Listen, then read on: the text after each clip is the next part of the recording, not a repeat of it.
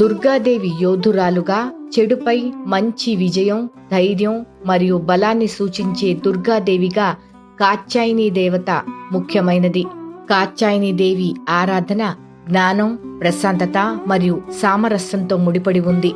వ్యక్తిగత మరియు వృత్తిపరమైన సవాళ్లను అధిగమించడానికి మరియు వారి మార్గం నుండి అడ్డంకులను తొలగించడానికి భక్తులు కాత్యాయని దేవి సహాయం కోరుకుంటారు. కాత్యాయని దేవి ఆశీర్వాదాలు పాపాలను కడిగివేస్తాయని, ఆరాధకులను శుద్ధి చేస్తాయని మరియు దుష్ట శక్తుల నుండి వారిని రక్షిస్తాయని భక్తులు నమ్ముతారు.